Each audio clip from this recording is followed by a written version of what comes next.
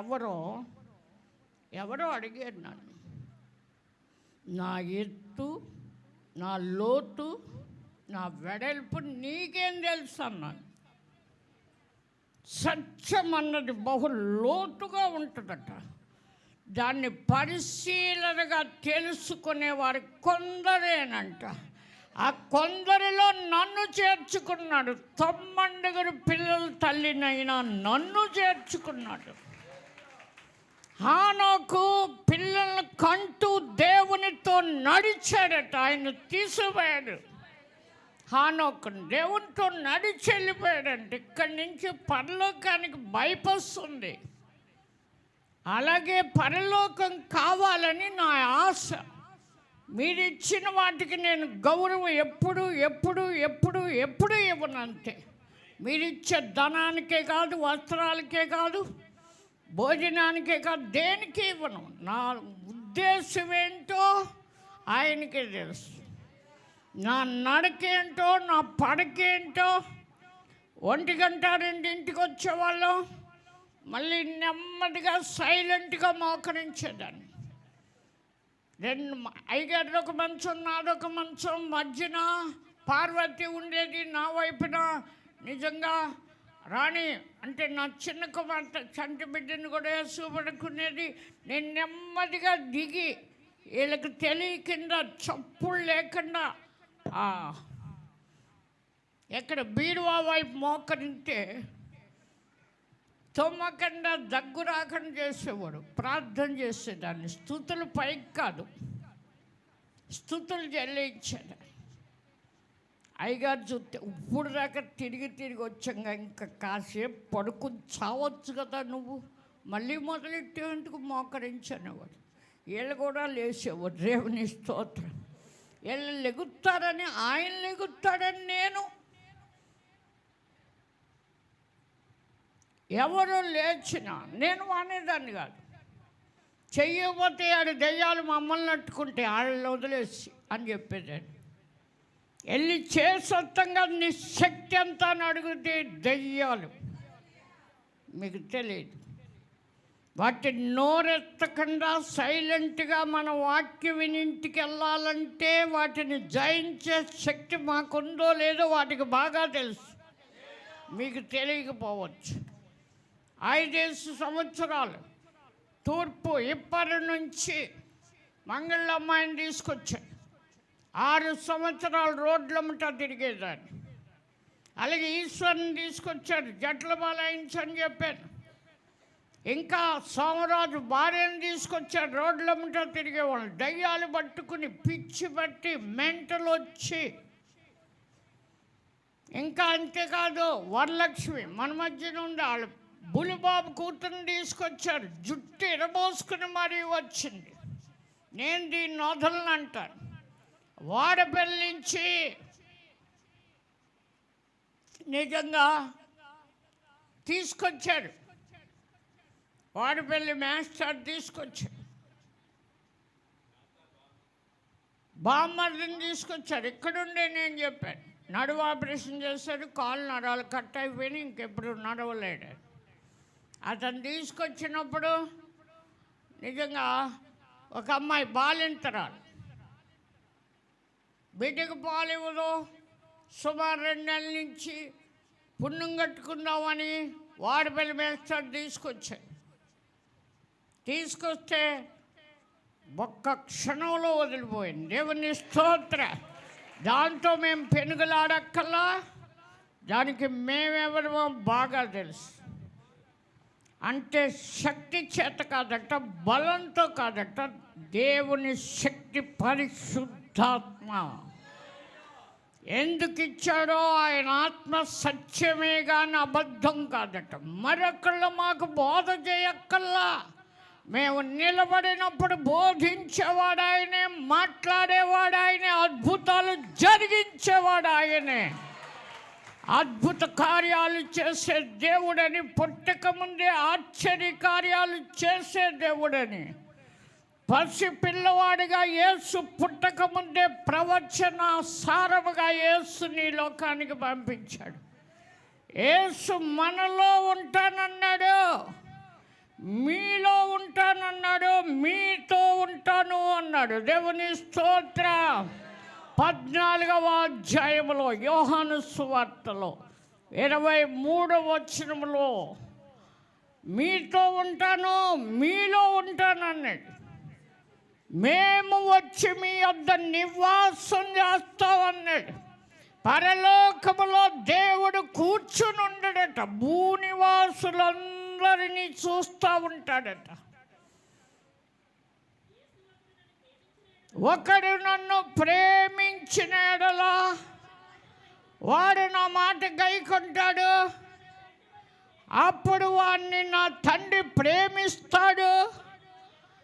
మేము అంటే తండ్రి, కుమార, పరిశుద్ధాత్మలు ముగ్గురు కూడా వాని వద్దకు వచ్చి వాని వద్ద నివాసం చేస్తాం. నేను చాలాసార్లు ప్రభుని అన్నాను, ఇంకేంటి నేనే దొరికేనా నీకు? 30 ఏళ్ళు పిల్లలు కనిపెంచటానికి సరిపోయింది. ఇప్పుడు నువ్వు నిద్ర అని వాని అడిగాను, మనిషిని అడిగినట్టు. అడగకూడదని నాకు తెలవలే, అడిగిన ఆయన ఊరుకున్నాడు. దేవుని స్తోత్రం. నా చిన్న పిల్లలారా అంటాడు పౌలు. పెద్దోళ్ళ చిన్నోళ్ళ? సువార్త విన్నవాళ్ళు, బాప్తిసం పొందిన వాళ్ళు, ముధాములు, సైనికులు వచ్చారట యోహాను దగ్గర బాప్తిసం పొందటానికి. సామాన్యులు కాదు. వైద్యం చేసుకుంటానికి, చేయించుకుంటానికి డబ్బులు లేక, నిజంగా చేయించుకునే ధైర్యం లేక, చేయించే దిక్కు లేక వచ్చిన వాళ్ళు ఉంటారు. తప్పక దిగుతారు దేవుని కోసం. భర్తను మార్చుకోవాలనుకోరాళ్ళు. ఆయనండి డబ్బులు ఇస్తున్నాడు. 12 ఏళ్ళు రక్తస్రావం ఉప్పాపాడు నాగమణికి బాగు చేస్తే క్షణంలో, చూపులో బాగు చేస్తే వారానికి ₹1 చేతిలో పెట్టేవాడంట ఆయన. శనివారం పడాలి వెళ్తాకి. ఎన్ని రూపాయలు? పొంతమ్మట నడిసొత్తమే. ₹1 ఇవ్వలేదని రాలేదండి. రూపాయలు తెస్తాక రాకండి, వాక్యం వింటాక రండి. 119వ కీర్తన 70వ వచనంలో ఉంది, 72వ వచనంలో, వేల కొలది వెండి బంగారు నాణ్యాల కంటే నువ్విచ్చిన ధర్మశాస్త్రం, ధర్మం చేశాడు దేవుడి వాక్యాన్ని. ఆది నుండి ఆఖరి వరకు, ఆదిలో సృష్టించిన నాటి నుండి నేటి వరకు ప్రవక్తల ద్వారా మాట్లాడతాడు ఆయన. అబ్రహాము ఆయనకు ప్రవక్తే, ఇస్తానన్నాడని చెప్పాడు. నిరీక్షణ కలిగి ఎదురు చూశాడు. ప్రవక్తలు దేవుని కొరకు ఎదురు చూస్తారు. దేవుడు మాట్లాడితే ఇతరులతో చెప్తారు. ప్రవక్తలు దేవునికి నోరు, ఆషామాషి కాదు. ప్రవక్తలను ఊరికే చేసుకోలేదు. ఎవరు ఆయన మాట విని ప్రకటించగలరో వారిని పట్టుకుని నిలబెట్టుకుని నడిపించాడు. ఆయనకు అసాధ్యమేదీ లేదు. మోషేను పిలిచాడు, నేను నోటి మాంద్యం గలవాడిని, నత్తోడిని అన్నాడు. ఆగా, మానవుడికి నోరిచ్చింది నేనే అన్నాడు. వాక్యం చదివితే మీ హృదయం ఉల్లసించాలి. యెహోవా ధర్మశాస్త్రమునందు ఆనందించుతూ దివారాత్రులు దాన్ని ధ్యానించిన వాడు ధన్యుడట. నాకు కళ్ళు ఇచ్చినందుకు నీ వాక్యం ఇచ్చావని పాడుకున్నాను ఒక పాటలో. కన్నులు ఇచ్చావు, నీ వాక్యం ఇచ్చావు. కరాలు అంటే చేతులు ఇచ్చావు. ఒకప్పుడు శత్రువుల మీద దుమ్మెత్తి పోసిన ఈ చేతులే పరిశుద్ధ గ్రంథం పట్టుకునే హక్కు ఇచ్చాడు దేవుడు. ప్రజలు బ్రతికించటానికి జీవవాక్యాన్ని కనపరిచే శక్తి ఇచ్చాడు. దేవుని స్తోత్రం. జీవవాక్యం చేతబుచ్చుకుంటేనే జ్యోతుల వలె ప్రకాశిస్తారట. వాక్య జ్యోతి అంటే ఎందుకో తెలుసా? వారికి నీ వాక్యం ఇచ్చానన్నాడు యేసు. ఏమిచ్చాడు అన్నాడు? 12 మంది శిష్యులకు వాక్యం.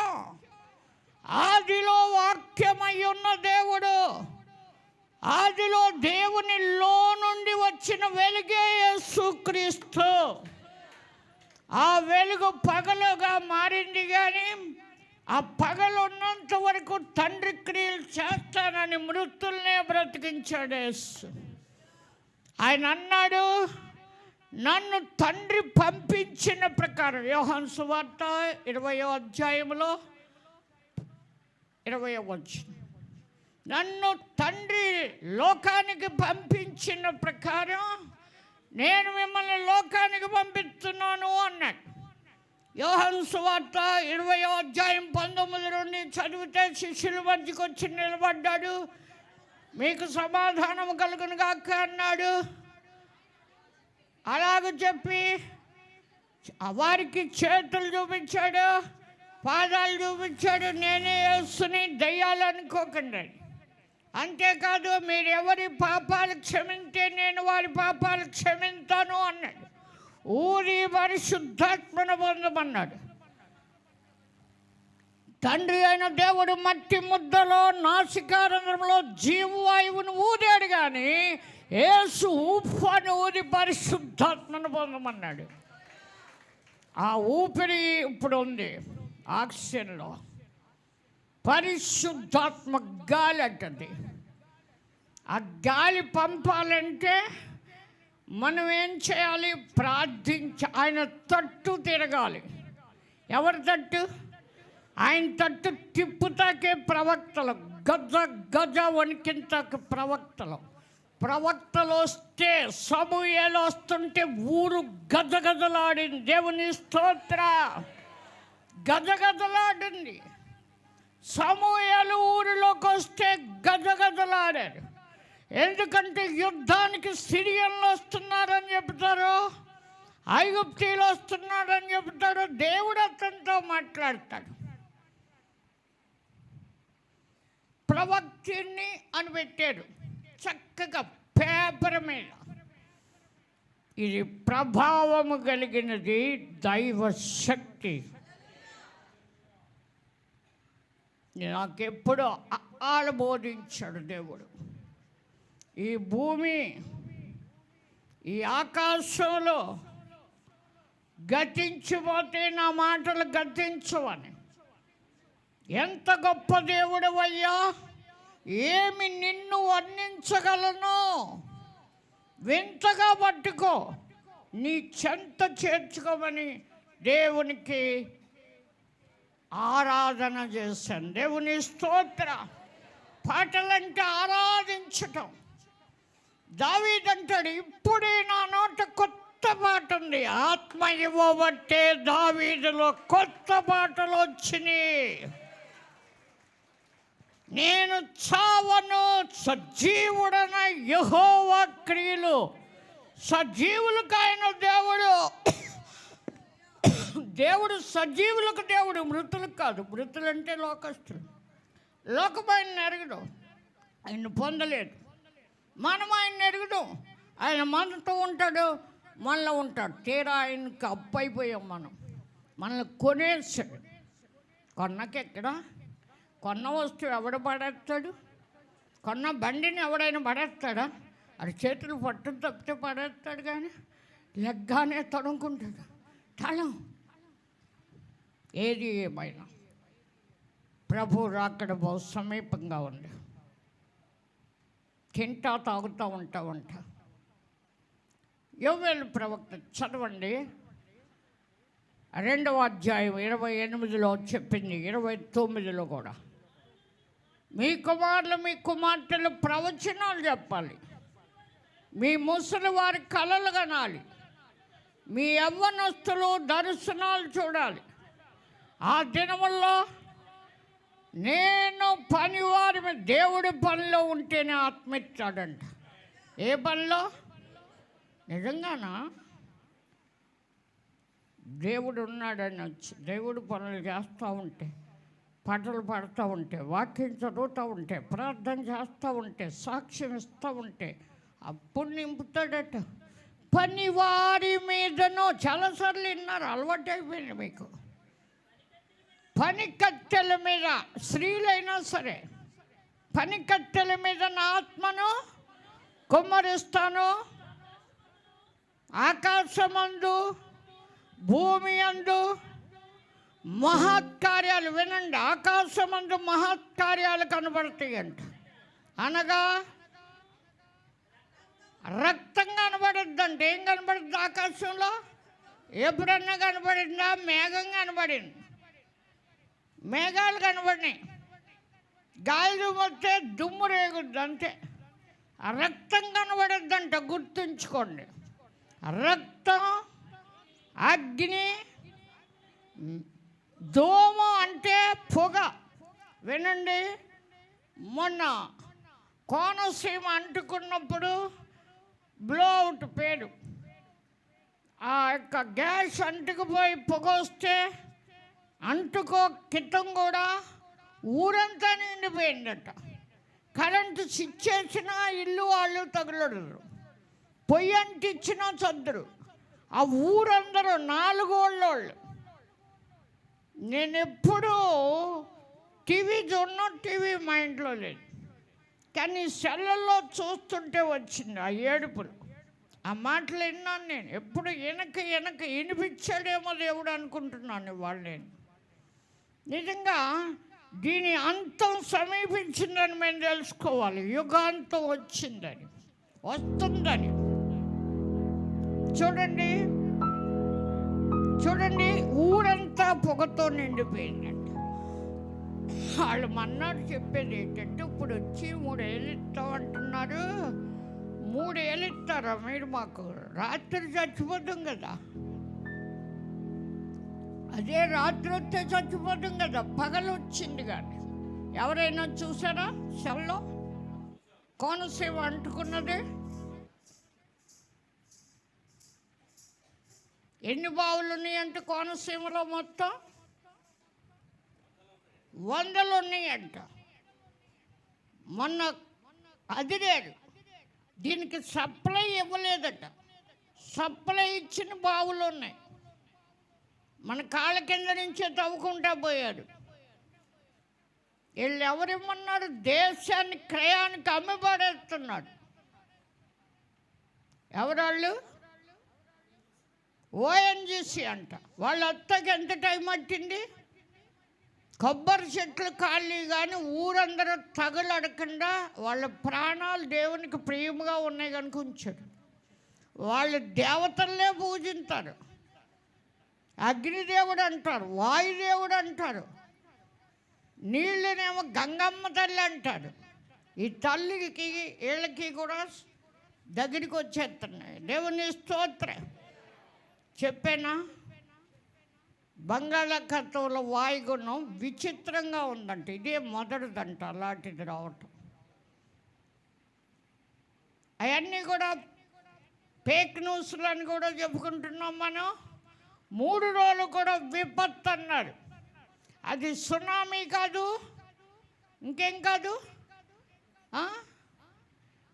కాదు, భూకంపం కాదు, ఊళ్ళే మాయమైపోతాయి అన్నారు. అంటే నీళ్ళకు దుమ్మని వెళ్ళిపోతాయి అంట. ఎప్పుడు వెళ్ళియో తెలుసా? దాతాను అభిరాములు అడ్డం తిరిగి మోషేతో రామన్నాడు. రానోళ్ళు ఉంటెందుకు? భూమి నెరవిడిచి మింగాలంటే మింగిందంతే.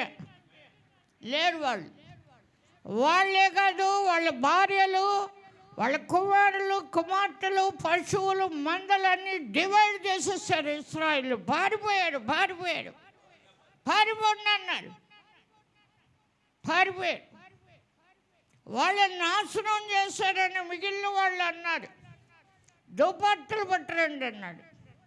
వాళ్ళు తీసుకొచ్చి అగ్ని లేచి వాళ్ళను కూడా దహించి బంగారు పాత్రలు దుపట్టను వేసుకు తెచ్చాడు. వాళ్ళు పరిశుద్ధులు, మీరు వాళ్ళని చంపారు అన్నాడు. ఎవళ్ళంటే పరిశుద్ధులు? మోషేని నాయకత్వానికి పంపాడు. మోషే మాటకు అందరూ లోబడాలి. మొట్టమొదట మోషేను బయలుదేరమన్నప్పుడే చంప చూశాడు, కానీ బ్రతికించాడు. భార్య ధైర్యానికి మెచ్చుకోవాలి. సిప్పోరా బాడీ అయిన రాయి తీసుకుని సున్నతి చేసి కుమారుడికి మోషే పాదాల కాడ పడేసి, నువ్వు రక్త సంబంధమైన పెనుటు, నా బిడ్డ కోసం నా కోసం బతకాలి అంది. యాజకుని కుమార్తె కనుక నిజంగా మోషేని చంపచూసిన దేవుడు వినన్నందుకు నాతాను అభిరాముని వాళ్ళు పరిశుద్ధులు అన్నందుకు అన్నవాళ్ళు కూడా కాలిపోయారు. ఆ బంగారం అంతా తీసుకొచ్చి పైన గొడుగులా తయారు చేయమన్నాడు. ఎక్కడ? మందస్సం దగ్గర. జ్ఞాపకార్థంగా ఉండగల అందరికి ఎందరు చచ్చారో తెలుసుకుంటాను. ఇవన్నీ జనులు తెలుసుకుని మిగిలిన వారు జడుతారనే పైరాడర్ చేస్తారు. బాంబింగ్ పేల్చేయమని అధికారం వచ్చాక కాళ్ళ కింద పేల్చాలట. సూడు చేసేస్తే చచ్చిపోతారు అందరూ. పైరాడ్ కనుక దేవుడు ఇంకా చూసి చూడనట్టుగా ఉంటున్నాడు. ఇప్పుడు రోగాలు తగ్గితే, ఈ వారం తగ్గితే మళ్ళీ వారం కనబడరు వీళ్ళు. రక్తంతో దేవుడు కొన్నాడట. కొన్నప్పుడు ఎక్కడ ఉండాలి? ఆయన సముఖంలో ఉండాలి. ఉన్నామండి, పాకేసుకున్నాం మేము, అక్కడ నలుగురం కూడుకుంటున్నాం ప్రార్థనలో అంటున్నాడు. వెంకటరామన్ కూడా ఒక అమ్మాయి పురుగులు పడింది, కుళ్ళిపోయింది, క్యాన్సర్. భయంకరమైన పరిస్థితిలో కూతురు ఏడుస్తూ తీసుకొచ్చింది. వాళ్ళ పిన్నమ్మని సుజాత, వాళ్ళ పిన్నమ్మ సుజాత పిన్నమ్మ కాదు, సుజాత పిన్నమ్మేనా?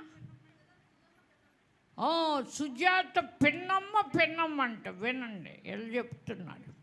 ఏడుస్తూ వచ్చాడు ఇక్కడికి. రాము అక్కని కూడా ఎత్తుకుని తీసుకొచ్చాడు. కొడుకు వాళ్ళందరూ కాళ్ళు చేయబడిపోయినప్పుడు సుమారు 8 ఏళ్ళు 10 ఏళ్ళు అవుతుంది. అద్భుతంగా బాగైంది. ఎక్కడ వాళ్ళు? మా ఇంటికే తెచ్చుకుంటున్నాం పాస్టర్లు అంటున్నాడు. ఎక్కడ బాగయ్యారు? ఏ బండ నుండి చెక్కబడ్డావో ఏర్పరచుకున్న స్థలం ఉంటుందంట. ఇప్పుడు చెబుతున్నాను, స్థలము మా పెద్దబ్బాయి పుట్టినప్పుడు ప్రత్యక్షపరిచాడు వాక్కు. స్థలము, మహిమ అంటే పైన, క్రీస్తు అని 3 అక్షరాలు. 3 అక్షరాలు కాదు, 3 వాక్యాలు. 3 రోజులు ఉపవాసం ఉంటే 3 వాక్యాలు అలా కనపరిచి, యార్డుల్లాగా, సినిమాలో యార్డుల్లాగా అలా కనపరిచి వదిలేస్తావా? ఇంకెప్పుడూ ఉపవాసం ఉండను నా జీవితకాలం అంతా అన్నాను దేవుణ్ణి. స్థలం అంటే ఏంటో తెలియలేదు నాకు. సర్వోన్నతమైన స్థలములో దేవునికి మహిమంట. దేవుని స్తోత్ర. అల్లం పర్వ నుంచి సక్కు కొడుక్కి దయ్యం పట్టుకుంటే 10 మంది అన్ని లైన్లో పెట్టలేకపోతే, ఆడు మంచం పట్టుకుంటే దాన్ని ఆ చెయ్యిని ఊడలాగలేరు.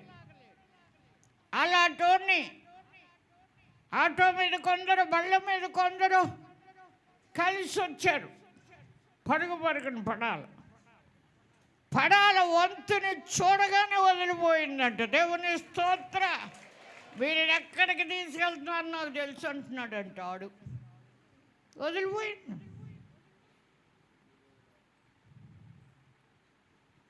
నేను అన్నాను, మా ఎదురుగుండా సోకులు చెప్తే నాకు కుదరదు, నేను వదల్లో, అది కాదు అంటే నేను ఊరుకోను. ఎవరిని ఊరుకోనంట? దెయ్యంతో కాదు, దేవుడితో చెప్తున్నా.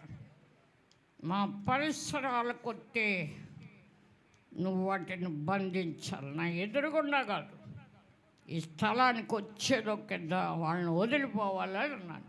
నేను స్త్రీని కదా, వాళ్ళతో పెనుగులాడగలనా? వాళ్ళు ఏదో వాగుతారు, జుట్టట్టుకోవచ్చు, లేగవచ్చు. కాళ్ళు కాదు, చేతులు కాదు, కన్ను కాదు, మనిషి కాదు, మనసు కూడా చెదిరింది లైన్కి రావాల్సింది. దేవుని స్తోత్ర. దయ్యాలు వదిలిపోవాలి. సేన అనేవాడే దెయ్యాలు 2000 పందుల్లో పడిని చచ్చినాయి అంట.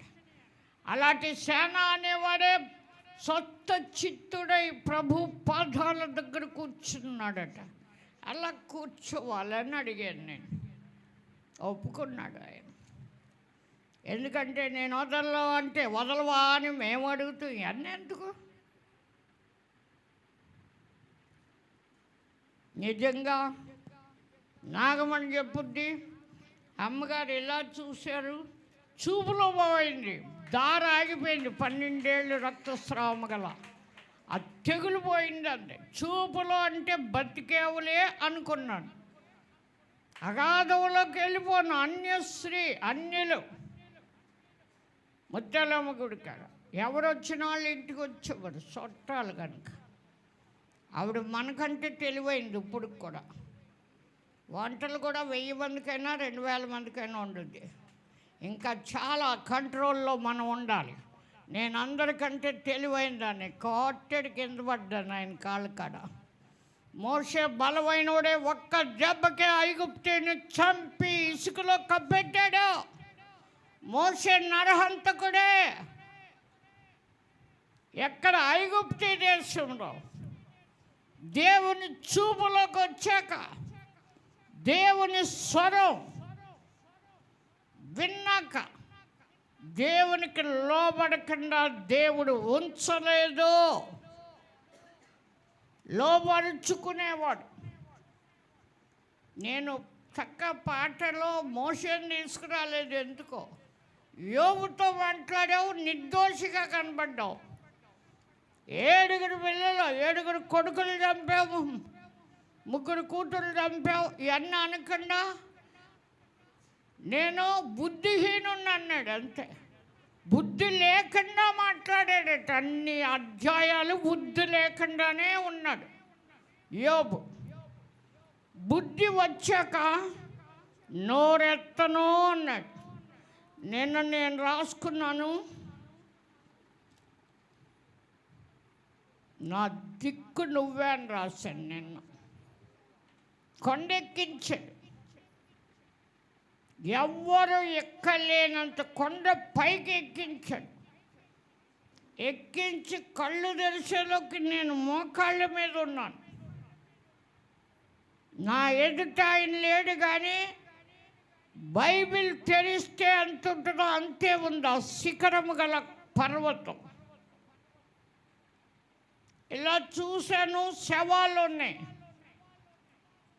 ఇలా వెనక్కి చూశాను, మెట్టులు లేవు, ఎత్తు పల్లాలు లేవు. నూనె వేస్తే అడుక్కెళ్ళి అంత నున్ను పైన కొండ పర్వతం అది. ఇటు చూశాను, అటు చూశాను. ఎటు దిగటానికి మెట్టులు లేవు. సొంత శక్తితో ఎక్కేది కాదు, సొంత శక్తితో దిగలేరు. అంతవరకు ఎక్కించాక నేనని నిలబడితే పడిపోయిన వాళ్ళు కొల్లలో శవాలు, పురుగులు పట్టి ఉన్నాయి, ఎముకలు ఉన్నాయి. నేను తెలుసుకున్నాను నా వల్ల కాదని.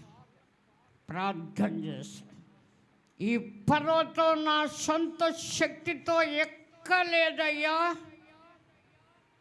ఇది నేను ఎక్కిన పర్వతం కాదు, నన్ను ఎక్కించావు. నేను ప్రార్థనలో ఉండగా